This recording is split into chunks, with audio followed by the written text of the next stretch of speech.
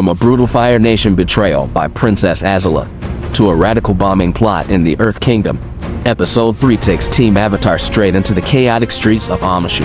With Jet, Zuko, and a massive palace conspiracy in the mix, let's break down this action-packed episode. Episode 3 picks up with a group of rebels meeting within the Fire Nation. They infiltrate the palace, where they plan to assassinate Fire Lord Ozai.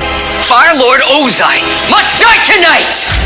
With the aid of a contact who works within the palace, they reach the throne room but find it empty. Suddenly, they're surrounded by Fire Nation soldiers, and Ozai walks in for an evil monologue wherein he proclaims he wants to bring peace by ruling over the other kingdoms. He also reveals the rebels' insider to actually be his daughter, Azula, who has been put to work within the nation to identify traitors. Ozai then incinerates the rebels and informs Azula that her brother, Zuko, has located the Avatar. Normally, she is supposed to be happy, but she seems disappointed. The Avatar?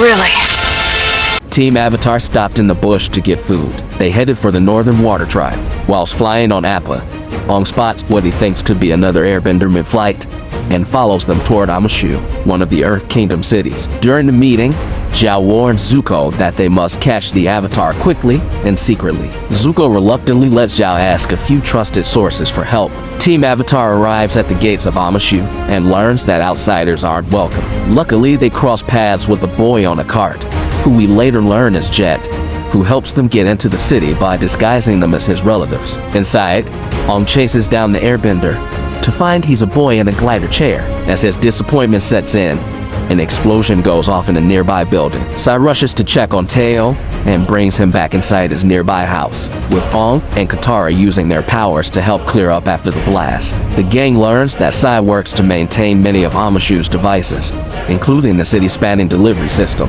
and Teo tells them that Fire Nation bombings have been happening in the city for a while now. And whilst Aang initially wants to continue north to prevent the tragedy Kyoshi warned him of, he decides it's only right to stay behind and help the people of Omashu too. Now tell me about these bombings. Teo has a hunch that the attackers gather in a cave up in the mountains. Princess Azula mocks Zuko for his travails on the hunt for the Avatar, suggesting that he's done nothing compared to her finding traitors within the land. But she worries he's got hope, but she isn't giving up. There are always ways to get in the game, if you know which pieces to play. Elsewhere, Zhao reports to Zuko about Aang's arrival in Omashu. He offers to send 2 of his best men to infiltrate the city, but Zuko says he and Iroh will go. Later on, Azula sends a missive to Zhao, asking him to tell her about Zuko's movements, promising to reward his loyalty if he does so. Whilst practicing her bending, Katara spots Sai meeting with a hooded figure and handing over info. She moves to intervene, but Jet stops her. Jet tells her Sai is a traitor to the kingdom, and the pair begin tailing the rogue figure from the Fire Nation through the city. Aang and Teo fly up to the cave, leaving Sokka behind in the Mechanist workshop, where he helps Sai work on his airship design. Jet and Katara catch up to the spy in the woods. He realized they were coming and brought out reinforcements. Katara and Jet fight back and look to be outnumbered, until Jet calls in his own reinforcements, and his band of freedom fighters steps in to help.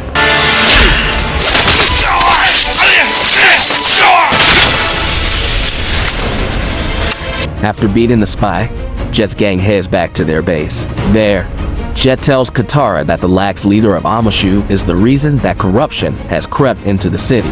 Buddy and his fellow men fight back. Katara and Jet bond over what they have lost to the Fire Nation. Katara worries that her bad memories are interfering with her bending. Jet tells her to cling to the happier memories of her mother, and that seems to help her shape her bending skills better. In the cave, Aang and Teo find a stockpile of blasting jelly, which is capable of destroying half the city if detonated. But Aang also finds the rags that Jet had handed them on his turnip cart. The firebenders weren't behind the explosion.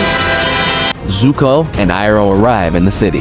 Zuko seems unimpressed by the place, but when the prince asks Iroh about the explosion, he is shocked to learn that Fire Nation spies could be employing underhanded tactics. Aang returns to the workshop, finding Sai has left to go to the palace, as he's about to reveal who's behind the bombings. Katara enters. I know who's behind the bombings. This leads to an argument between the siblings over who is really to blame. Sokka believes Sai wants to help the city, whilst Katara believes what Jet told her, and that he must be to blame. Where are you going? To prove you're a jerk! As a result, Katara storms off to find Jet, where she learns what the boys' plan is. Sokka was right. You are the bad guy. Innocent people are gonna die, Jet! That's the price of freedom.